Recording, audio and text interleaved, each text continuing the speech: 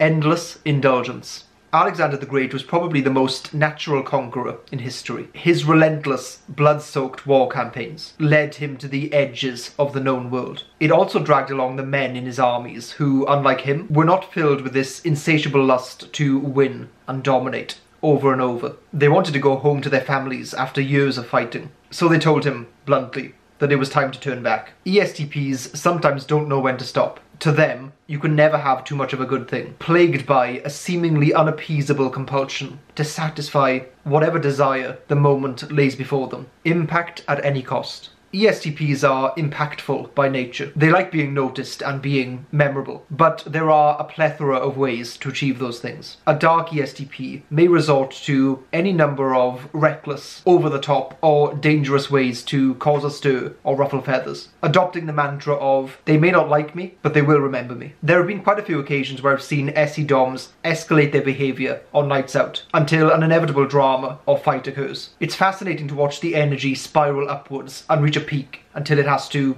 explode. The warning light that for most people would start flashing when things get intense or crazy seems to either coincidentally malfunction or simply not exist for ESTPs. Patterns, predictions, and planning problems. Being chained to the moment and loyal to real, tangible data is very powerful in many ways. However, it is just one side of the way you can approach life. Sometimes the underlying patterns are more important than the data. Sometimes predicting what is coming next is a higher priority than being in the moment. ESTPs have a distrust and dislike of planning and planners. They see it as being very presumptive and almost silly. With all the variables, how could you possibly reliably plan for the future? This means that they waste so much of their energy. As I've described in the past, it can look like very energetically going around in circles. When you set the aim, it's not like you sit back and let it play out. You are also a factor in the plan, trying to influence things and make it more likely to happen. As much as it can look like the planners of the world are just naively making assumptions, as you move closer to your goal, you adjust the plan to make it more realistic and likely. Feeling alive.